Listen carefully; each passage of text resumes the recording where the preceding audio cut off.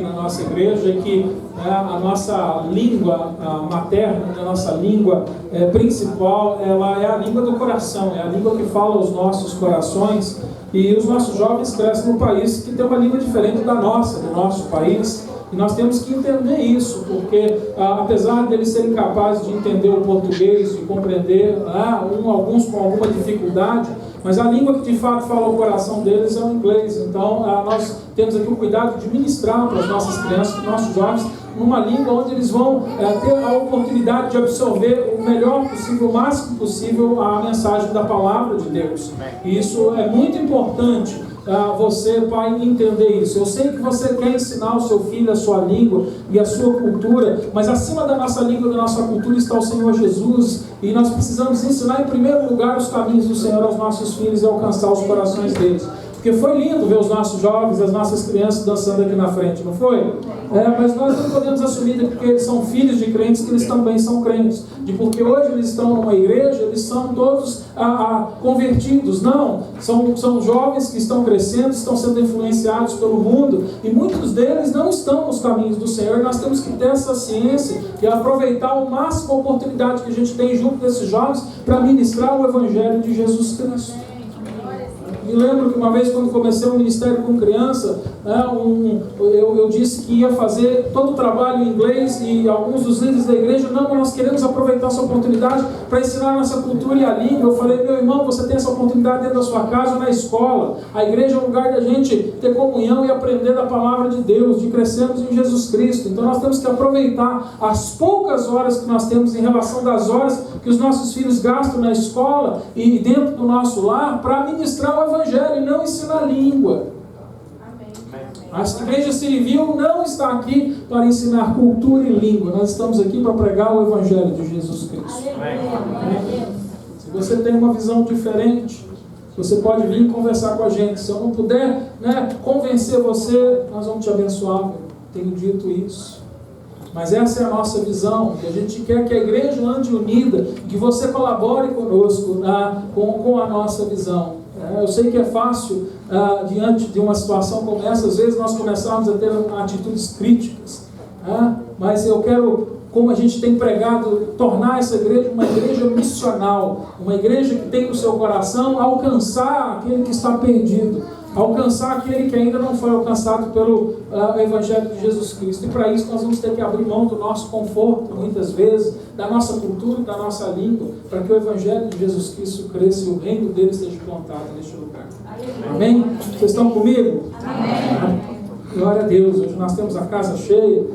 De novo agradeço aqueles que estão nos visitando, que Deus abençoe. Estou feliz de receber a família Testa, que está nos visitando. Eles viveram aqui em New Jersey, agora estão vivendo num outro estado e estão aqui nos visitando hoje. E é uma alegria, um privilégio poder ser visitado por vocês, que eu sei que tinha muitos lugares que vocês podiam estar visitando hoje, mas fiquei muito feliz de ver os irmãos aqui. Que Deus abençoe, vocês que nos visitam. Esqueci o nome do irmão que eu conheci semana passada. Qual é o seu nome? Vidven, é isso. Tá vendo? Difícil de lembrar o nome dele. Mas eu conheci ele semana passada, não foi? Em frente, aqui na porta do estacionamento. Que Deus te abençoe. Eu fiz o convite e ele veio, homem de palavra. Glória a Deus. Isso. 55 anos. 55 anos em Newark. Ele tem um acervo de fotografias históricas na casa dele, que a Priscila falou assim, eu quero na casa dele, que eu preciso ver essas fotos. Ele conhece, viveu o desenvolvimento dessa cidade aqui, quando era uma cidade muito diferente dessa que a gente conhece hoje aqui. Mas que Deus te abençoe, bem-vindo, e todos vocês que estão nos visitando hoje, bem-vindos, que Deus possa abençoar a sua vida. E eu quero abençoar a sua vida hoje, ministrando a palavra de Deus. Eu queria convidar você a abrir a Bíblia em Lucas capítulo 1. Lucas capítulo 1.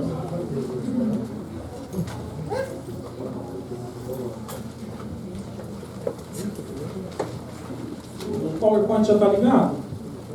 Tá.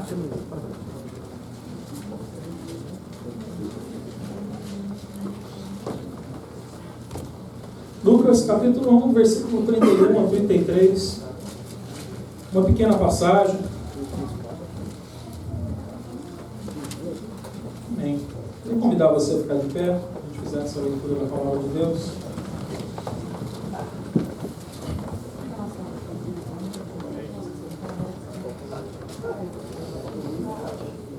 Lucas 1, de 31 a 33.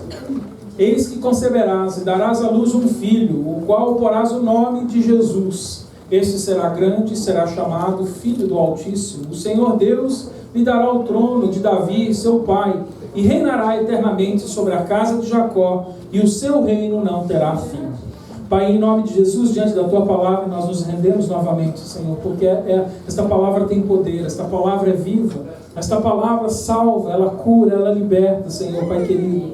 Pai, em nome de Jesus, Senhor, eu te peço que o Teu Espírito Santo tenha liberdade de ministrar nos nossos corações, convencendo o homem do pecado, Deus Pai, trazendo, Senhor, sobre o injusto a justiça, Senhor, Pai querido. Pai, trazendo a convicção do juízo, Senhor, Pai querido. Pai, em nome de Jesus, nós clamamos, Senhor, pedindo a Tua ajuda, porque o pregador é limitado, Deus Pai, mas a Tua palavra é poderosa e ilimitada, Senhor. Por isso nós te pedimos, Senhor, faz como te apraz neste lugar aqui hoje. Usa, Senhor, a administração desta palavra para convencer o homem dos caminhos do Senhor, Pai. Em nome de Jesus Cristo nós agradecemos.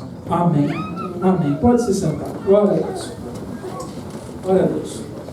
O tema da minha mensagem hoje é Nascido um Rei.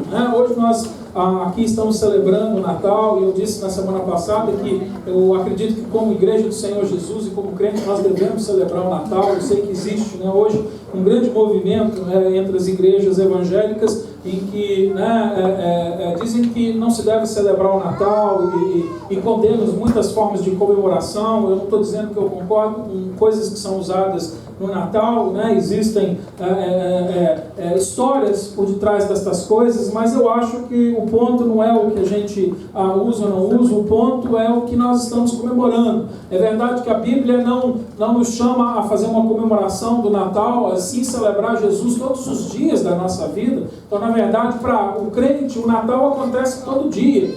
Porque Jesus ele traz vida nova, Ele está sempre salvando, Ele está sempre dando uma oportunidade a um pecador se arrepender do seu pecado e receber nova vida nele. Mas eu acredito que a celebração do Natal é hoje importante no meio deste mundo, porque é uma das maneiras de nós anunciarmos a nossa fé em Cristo Jesus.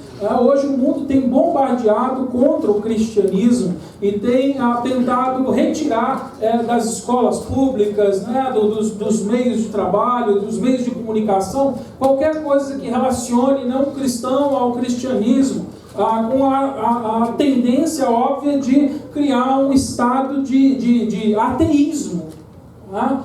Ou um culto que não ao nosso Senhor Jesus Cristo. E o Natal é uma oportunidade de nós mostrarmos que existe cristão, de que existe pessoas que acreditam em Jesus Cristo, e pode nos dar uma oportunidade de ministrar o Evangelho na vida de uma pessoa.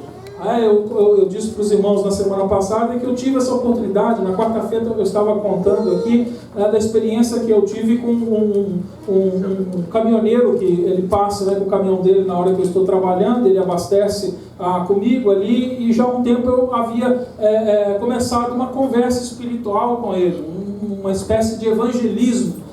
E ele, com a visão dele, uma visão ateísta, ele confrontava muitas das verdades, e a gente ia conversando a respeito disso, até que um dia ele abriu que estava vivendo um problema, e diante desse problema eu pude falar da mensagem do Evangelho de Jesus Cristo, que tem a solução para o problema da humanidade. Mostrei para ele que o principal problema dele não era o problema que ele estava vivendo em si, mas sim o pecado na vida dele, e comecei a ministrar isso na vida dele, e ele, com o passar do tempo, ouvindo a palavra de Deus, ele compreendeu que era um pecador, e na semana retrasada nós estávamos conversando. Eu dei uma música do Jesus Adriano, é o nome dele? Jesus Adriano Romero. Jesus Adriano Romero, eu não sei qual é a ordem do nome dele, eu sei que tem Jesus, Adriano e Romero. Jesus Romero. Em porque ele canta muito bem e canta a palavra de Deus. E tinha uma palavra, uma música que falava da graça de Deus, e eu expliquei para ele a respeito da graça, dei essa música para ele ouvir, e ele começou a ouvir, e ele chegou, né, na última, sem ser essa quarta-feira, há 2 semanas atrás, com um rádio bem alto, né, ouvindo esta música, e ele falou assim: ó, estou ouvindo a música que você me deu. Eu falei: você já entendeu a graça? Ele falou: eu estou tentando. Eu falei: é exatamente o que você está vivendo. Eu falei: você não merece nada, mas Deus, pelo amor dele, Ele derramou a graça sobre a sua vida e trouxe convicção no teu coração de que você é um pecador. E ele se ajoelhou naquele momento e ele falou: eu sou e eu quero é Deus. Eu falei: amém. Então Deus já está na sua vida, porque você já reconheceu. E a gente orou junto e aquele homem começou uma vida nova. O Natal começou ali naquela vida. Ele era um homem que não celebrava o Natal. E ele passou, né, essa semana, na segunda-feira, eu vi, aí ele enfeitou todo o caminhão dele com aqueles brilhozinhos, né, verde e vermelho, né, de celebração do Natal, né? Então, mais um cristão celebrando o Natal, né, mostrando para os outros que ele crê em Jesus Cristo. E era uma pessoa que era um inimigo de Deus. E então é importante, meu irmão, a gente celebrar. E não importa o dia. Nós sabemos que Jesus nasceu no dia 25. Por isso nosso culto hoje é no dia 27. É 27 hoje? 27. Porque a data em si não importa. O que importa é a oportunidade que nós temos de anunciar o nascimento de Jesus. E essa passagem aqui, ela começa a anunciar o nascimento de Jesus. E não somente de um garoto, de um bebê que nasce, como a gente apresentou aqui bebês, né, nas últimas semanas, mas o nascimento de um rei. Por isso que o tema da minha mensagem é Nascido um Rei. É interessante que a gente vê aqui agora na pessoa de um bebê, e ao mesmo tempo a gente ouve falar aqui de um reino. Ao tempo que nasce uma criança, também começa um reino, se inicia a esperança de um reino. A gente sabe que esse reino que está sendo falado aqui não é um reino que estará estabelecido neste momento, mas um reino que aguarda a segunda vinda de Jesus Cristo. Quando Jesus voltar pela segunda vez, de fato ele vai estabelecer esse reino.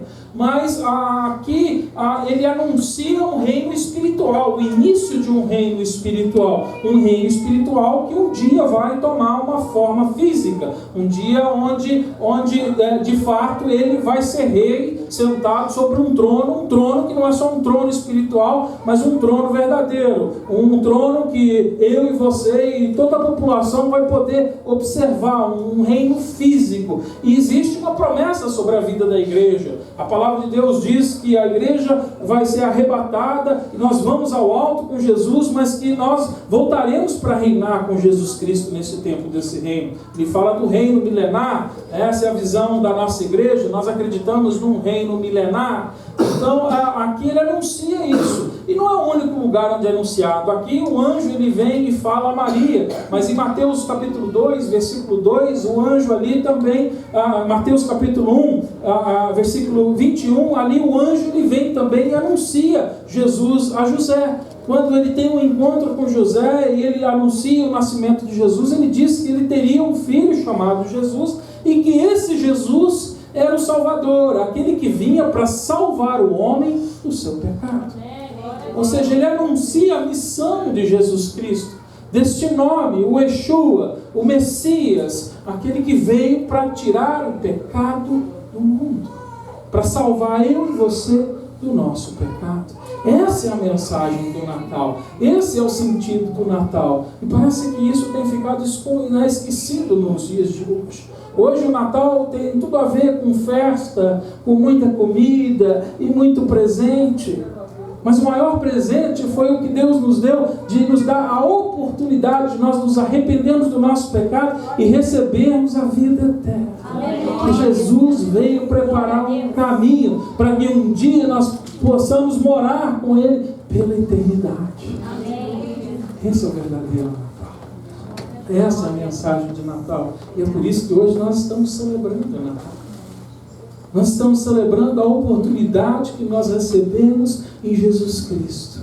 Nós estamos celebrando o fato de de Deus ter, já desde o princípio, planejado um caminho para que eu e você voltássemos à presença dele. Já em Gênesis capítulo 3, versículo 15, depois que Deus forma o homem e dá da sua imagem, da sua semelhança ao homem, e o homem cai em rebeldia, em pecado, mesmo tendo esta imagem e semelhança, ali diante dessa situação, Deus ele já dá esperança para o homem e promete que um dia viria o Filho da mulher, Jesus Cristo, para livrar o homem do seu pecado. Por toda a palavra de Deus, a Bíblia é consistente com diversas promessas anunciando a chegada do Messias, a chegada de um Salvador, a chegada de alguém que vinha trazer liberdade para quem estava cativo. E hoje nós vamos ver como isso afetou a vida de Israel, como isso afeta a vida da igreja, como isso tem afetado a nossa vida hoje. Eu quero usar essa mensagem hoje para que a gente faça uma comparação. E a minha pergunta para você hoje é como você tem visto Jesus? O que você espera da vinda de Jesus Cristo? Eu acho que é isso que nós temos que refletir hoje, nesse tempo onde nós celebramos o Natal. O que é que nós estamos esperando de Deus? O que é que nós estamos esperando de Jesus Cristo? Eu li uma ilustração que está no livro do Paul Chappell. Ele fala de um garoto que um dia estava na escola dominical e a professora da escola dominical pediu que ele desenhasse o bebê Jesus. O bebê Jesus. Ela estava ensinando sobre o Natal, sobre a palavra de Deus e contou a história de Jesus Cristo e pediu para desenhar o bebê Jesus. E o garoto gastou bastante energia, um bom tempo ali desenhando, Ela viu que o desenho do garoto estava sendo bem elaborado, porque ele trabalhou duro. E aí, quando ele entregou o desenho, ela pegou assim, ela assustou com o desenho, ela olhou assim e viu um avião com 4 pessoas sentadas dentro do avião. E ela ficou assim, eu pedi para o bebê, desenhar o bebê Jesus, nem de Natal. E aí ela perguntou para o garoto, o que é isso? Como assim, o que é isso? O garoto respondeu para ela, é Maria, José e Jesus indo para o Egito. Aí ela, ok, diante daquilo ela falou assim, mas e a 4ª pessoa? Você não sabe? É Pôncio Pilatos. A gente, diante daquela situação, ela percebeu que, na verdade, aquele garoto não tinha compreendido exatamente o sentido da história de Jesus, o compreendido como as coisas aconteceram naquela época. Às vezes a gente tem essa dificuldade. E hoje em dia tem muito homem e muita mulher que, na verdade, não compreende a história real do Evangelho de Jesus Cristo, do porquê que Jesus veio numa manjedoura tão simples. Porque Jesus nasceu de uma forma tão humilde. Como aquele garoto, muitos de nós não estamos compreendendo o porquê de fato Jesus veio. O porquê de uma maneira tão humilde. E é por isso que eu quero hoje aproveitar essa oportunidade e compartilhar com você. Lá em Apocalipse, capítulo 19, versículo 16, a palavra diz assim: no manto sobre a sua coxa tem escrito o nome: Rei dos Reis, Senhor dos Senhores.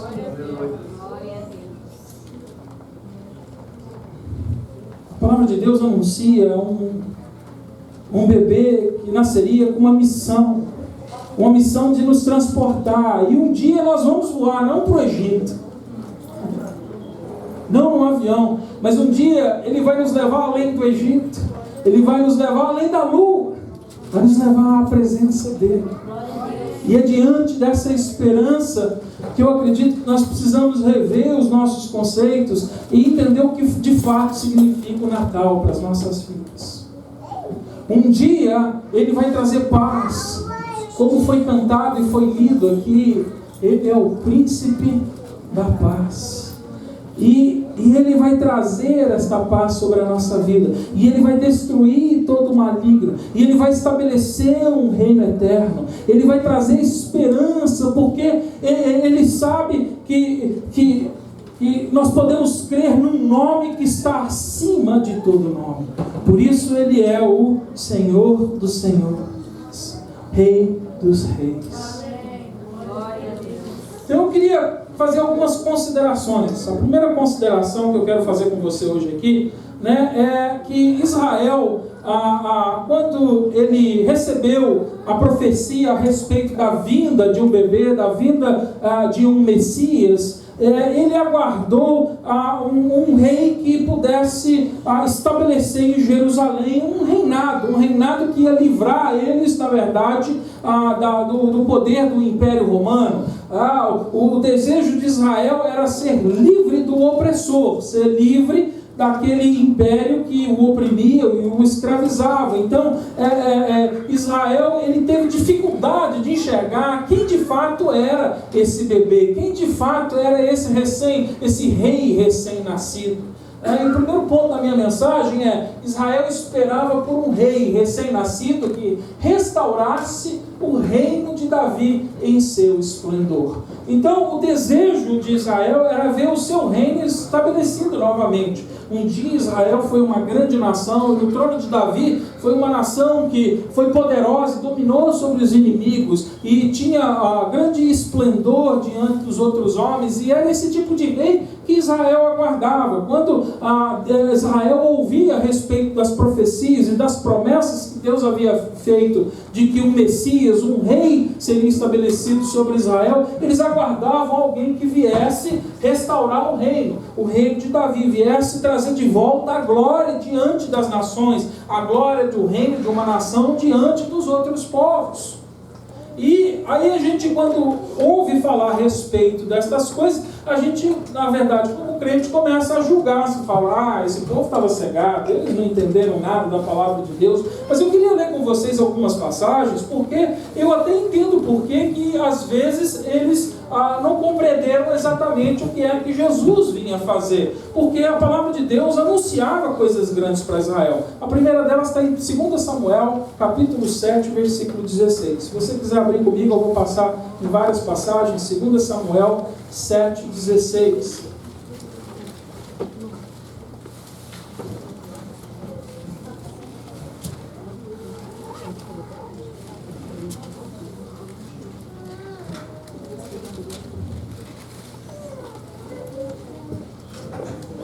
Segundo Samuel 7,16, a palavra diz assim: a tua casa, porém, e o teu reino serão firmados para sempre diante de ti.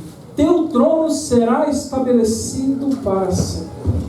Olha que promessa linda que havia para Israel. Uma promessa de um trono estabelecido para todo sempre. Então, quando o reinado de Israel caiu, quando o trono caiu, quando o principado de Israel foi destituído da sua glória, eles se voltaram clamando por um rei que voltasse a estabelecer esse reino, porque fixado nessa promessa, eles acreditavam que esse tempo de para sempre significava que não haveria interrupção. Então, diante dessa realidade, dessa promessa, eu até entendo por que eles aguardavam um rei que viesse para dominar sobre os outros reis da terra. Tem outras promessas. Se você for comigo lá em Isaías capítulo 11, eu queria ir com você hoje através das promessas que o Senhor Deus fez. Isaías capítulo 11, do versículo 1 ao 5.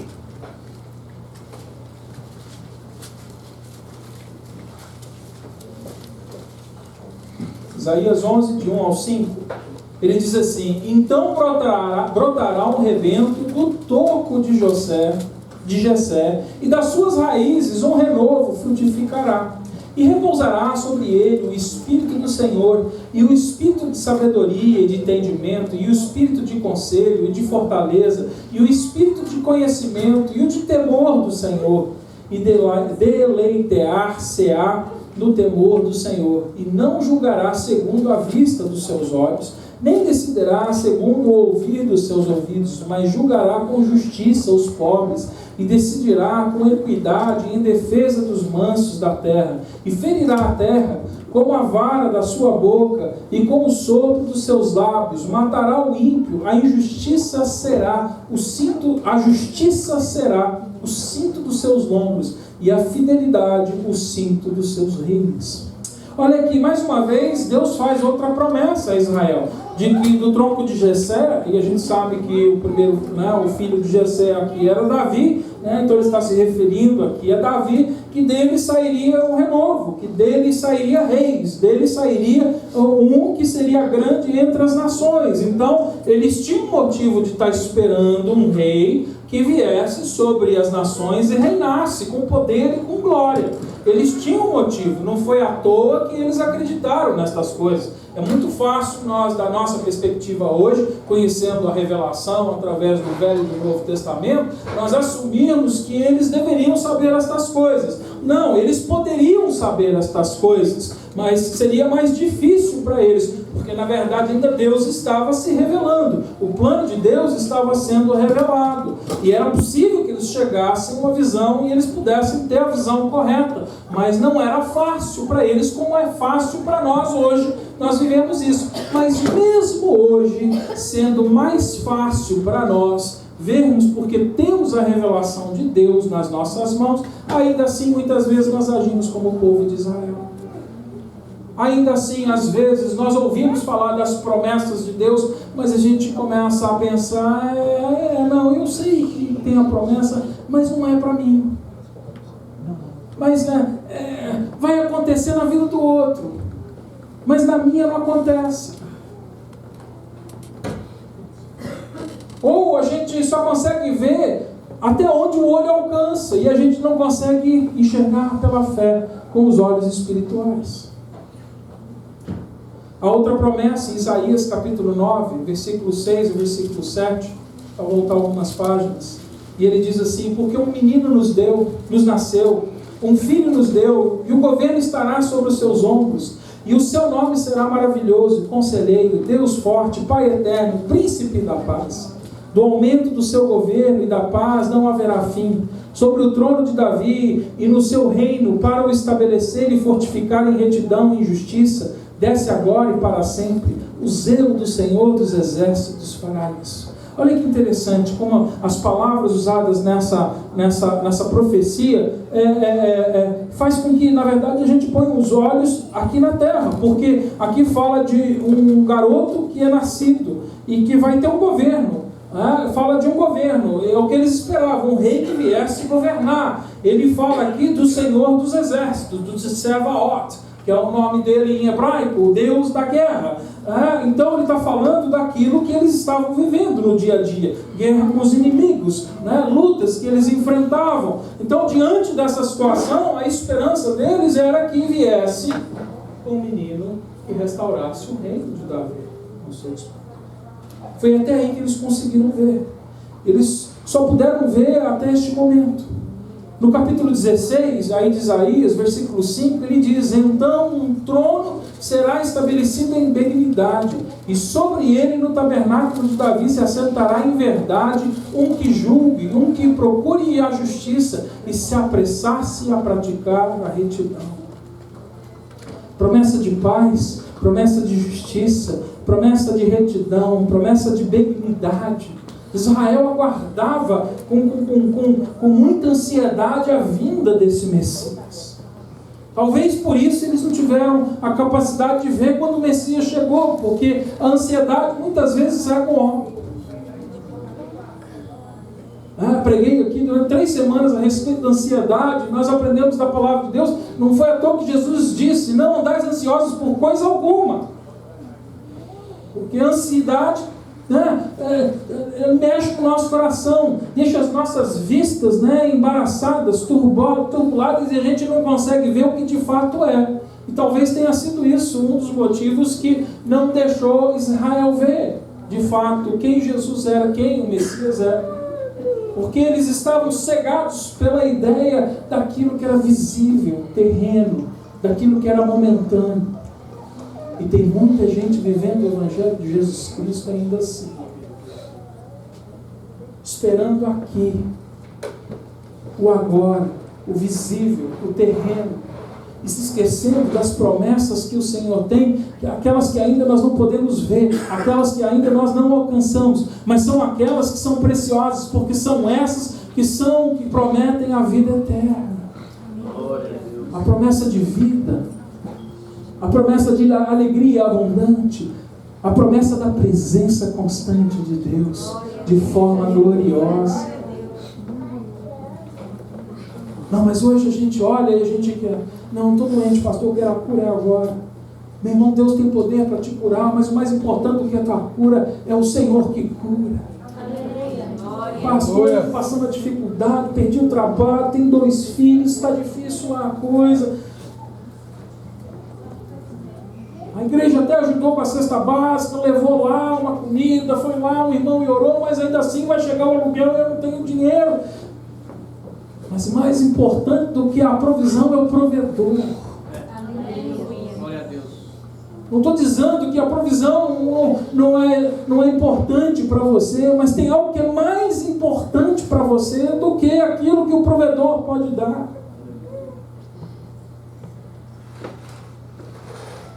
Israel só conseguiu ver até onde Deus dava. Ele não conseguiu ver além daquilo que era terreno, daquilo que era palpável. Não conseguiu ter uma visão espiritual daquilo que Deus havia prometido. E muitos de nós estamos vivendo assim, esperando só aqui. É só olhar para as músicas que cantam hoje. Restaura, restaura, devolve. Pega o que roubaram de mim, traz de volta. Vai chover, chora, chora. É aqui. É aqui. Hoje o povo canta assim, vem em mim. Se eu fosse do mundo, você ia, pinga em mim. Mas é a mesma coisa. Só mudaram o nome da pinga pelo nome de Deus, mas o que a pessoa está pedindo é a mesma coisa. Pinga em mim. Pinga em mim. E está querendo uma goteira bem grande lá no telhado dentro de casa.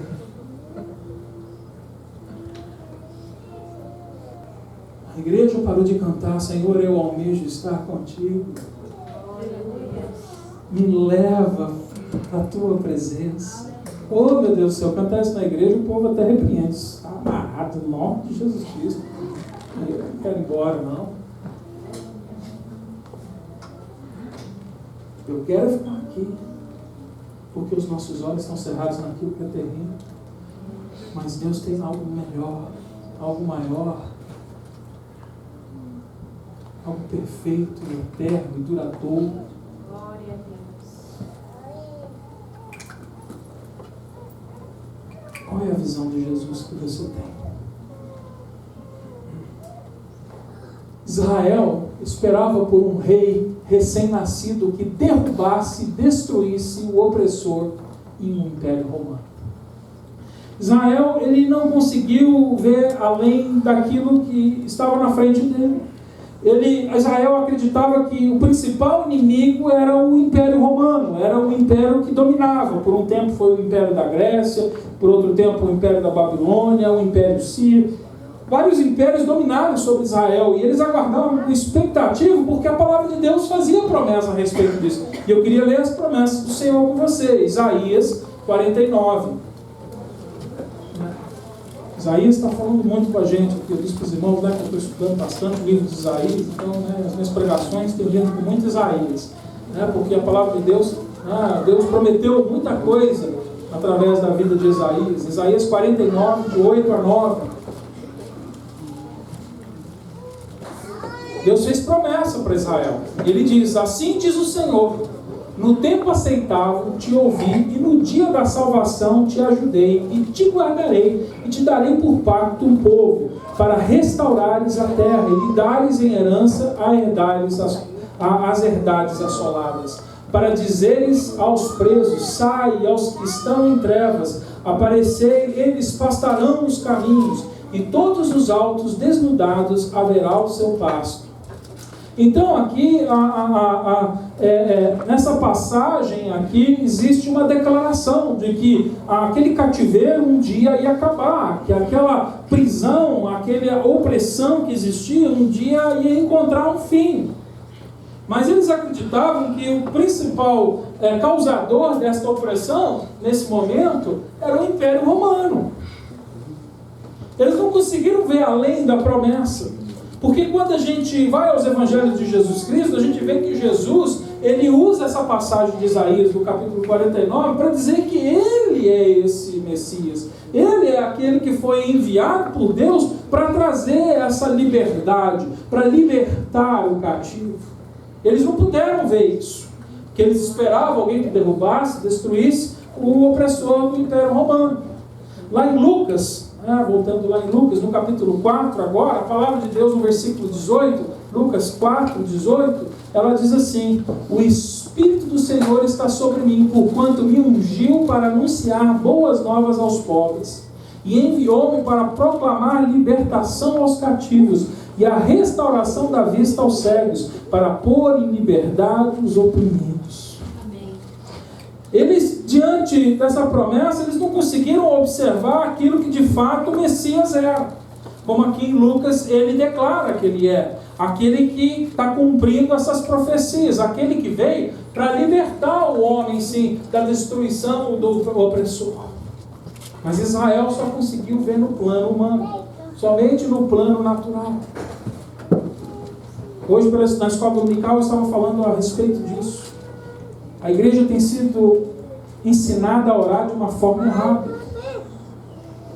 E eu quero te convidar a participar da escola dominical para você aprender um pouco mais. A igreja sempre foi ensinada a orar assim: Senhor, leve embora a enfermidade. Senhor, remove as barreiras. Senhor, tira o problema da minha vida. Mas a palavra de Deus diz que esses problemas, essas tribulações, vêm para provar a nossa fé e fazer a gente vencer. Então a oração inteligente não é assim: Senhor, leve embora. Senhor, me ajuda a vencer. Senhor, me dá armas para que eu derrote este inimigo. Senhor, me dê forças para que eu remova esta barreira. Glória a Deus. O povo de Deus quer vida fácil.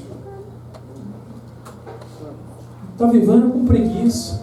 É mais fácil pedir que Deus leve tudo. Já citei várias vezes aqui para os irmãos, talvez vocês estejam cansados de ouvir, mas eu gosto de repetir porque foi algo que marcou minha vida. Eu acredito que se você compreender essa passagem, ela vai marcar a sua vida de oração vai mudar a respeito, a partir daí. De Êxodo capítulo 33. Quando chega em Êxodo capítulo 33, o povo de Deus está murmurando muito, mas eles estão bem próximos de alcançar a terra prometida, e Deus ali, ele se irrita com o povo, e ele faz uma proposta indecente ali para Moisés. E ele diz: Moisés, olha o seguinte, vou fazer uma coisa, eu vou mandar um anjo na tua frente, ele vai derrotar os seus inimigos, vocês vão entrar na terra prometida, vocês vão comer do pão, do leite, beber do leite, vão comer do mel, tudo que eu prometi eu vou dar, só tem uma coisa, eu não vou com vocês. Moisés, que era um homem de Deus, que sabia o que era melhor, respondeu dessa maneira: Senhor, se tu não fores, não nos tire daqui. É melhor no deserto com Deus do que na terra prometida sem Ele. Porque melhor do que a promessa é o Deus da promessa. E melhor do que o leite e o mel é o provedor estar ali presente com você. Porque eu e Deus no deserto é igual a vitória. Terra prometida sem Deus é igual a derrota. Qual tem sido a sua visão de Jesus Cristo? O que é que você tem esperado de Jesus?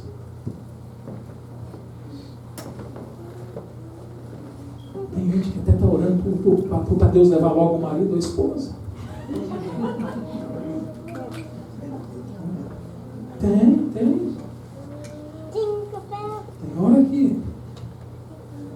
hora que o cônjuge vai lá e mexe, e começa a incomodar demais, que a gente começa... Senhor, leva tua filha para a tua presença. Oração até espiritual.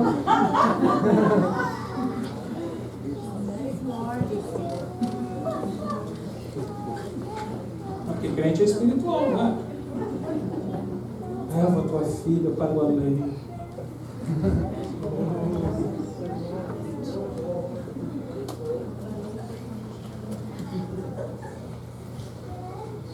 Antes de nós termos vivido no plano natural, e só olhando para as promessas com os olhos terrenos.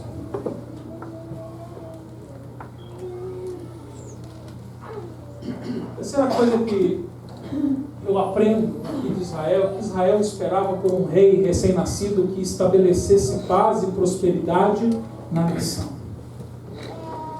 As promessas do Senhor eram promessas de paz, de prosperidade. Deus queria abençoar o povo de Israel, mas eles só conseguiram enxergar no plano natural, e eles esperavam um rei recém-nascido que viesse fazer com que um dia aquela nação fosse novamente rica, poderosa, abundante.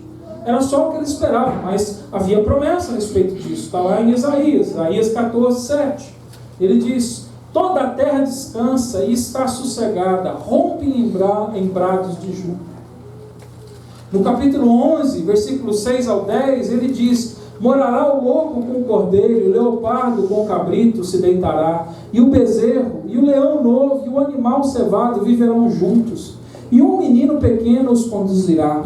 A vaca e a ursa pastarão juntas, e as suas crias juntas se deitarão. E o leão comerá palha como boi, a criança de peito brincará com a tocada da áspide, e a desmamada meterá a mão na cova do basilisco. Não se fará mal nem dano algum em todo o meu santo nome, porque a terra se encherá do conhecimento do Senhor, com as águas cobrem o mar. Naquele dia a raiz de Jessé será posta por estandarte dos povos, a qual correrão as nações gloriosas e serão as suas moradas. Então, diante de promessa tão gloriosa como essa, uma promessa de paz, uma promessa de prosperidade, uma promessa de tolerância, de convivência, de boa convivência, uma promessa onde a gente vê que não há mais malignidade. Diante dessa promessa, eles esperavam um rei que estabelecesse uma prosperidade, paz, uma nação que não tivesse mais brigas e problemas. Eles só conseguiram ver no plano natural.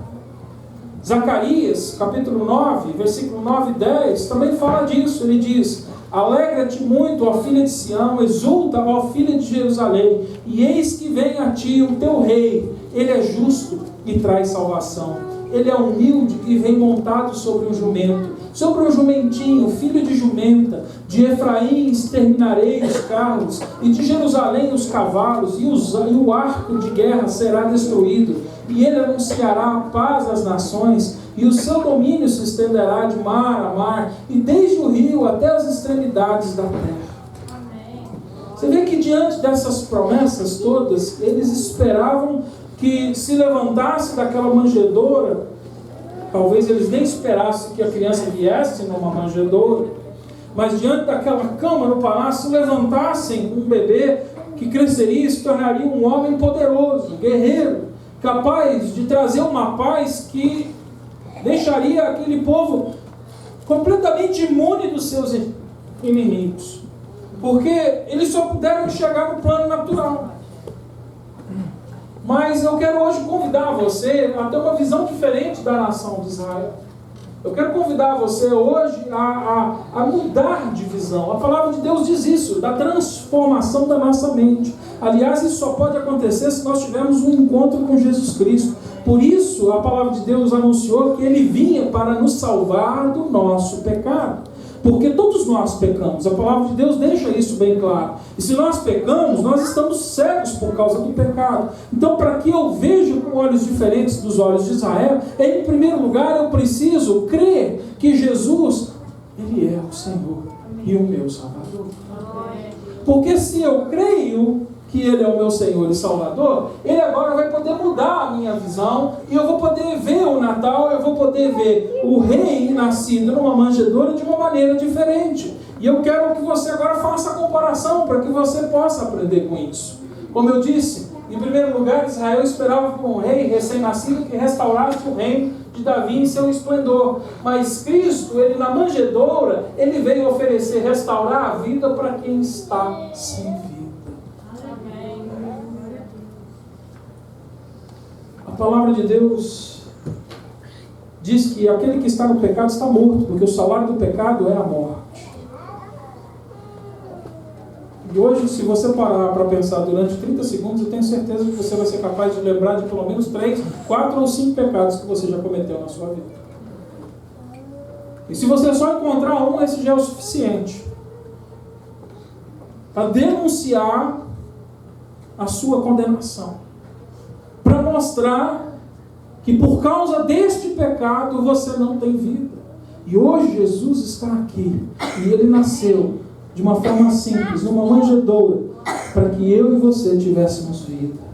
E se você hoje, ouvindo essa mensagem, reconhecer o seu pecado e se arrepender, você vai ser salvo. Se hoje o Espírito Santo de Deus trouxer a convicção do seu pecado e o teu coração responder com arrependimento, hoje você vai receber vida neste lugar. Qual tem sido a sua visão de Jesus Cristo? Esperando glória e esplendor? Jesus veio oferecer a vida. Tinha um jovem, um rapaz, que era um artista bastante talentoso, mas ele era jovem ainda. E ele estava na escola ainda estudando, já fazia algumas estátuas, fazia estátuas, e ele um dia trabalhou por muito tempo numa estátua de um anjo, algo muito bonito, com muito detalhe. Ele realmente investiu a vida dele preparando essa estátua. Só que ele, como estudante, ele queria ouvir a crítica de gente já renomada, e ele chamou outros artistas renomados da época dele para que visse aquela estátua e fizesse uma crítica, para que ele pudesse crescer e melhorar como artista. E uma das pessoas que ele convidou foi Michelangelo. Você já deve ter ouvido falar de Michelangelo. E Michelangelo, quando foi ver a estátua dele, esse rapaz, ele se escondeu atrás de uma parede falsa e para que ele pudesse ouvir a crítica que o artista estava fazendo, sem que o artista se sentisse mal de falar alguma coisa na presença dele. E ele ouviu Michelangelo falando assim: só falta uma coisa nessa estátua. E aquele rapaz, quando ouviu aquilo de Michelangelo, que era o estandarte para ele, ficou com o seu coração quebrado.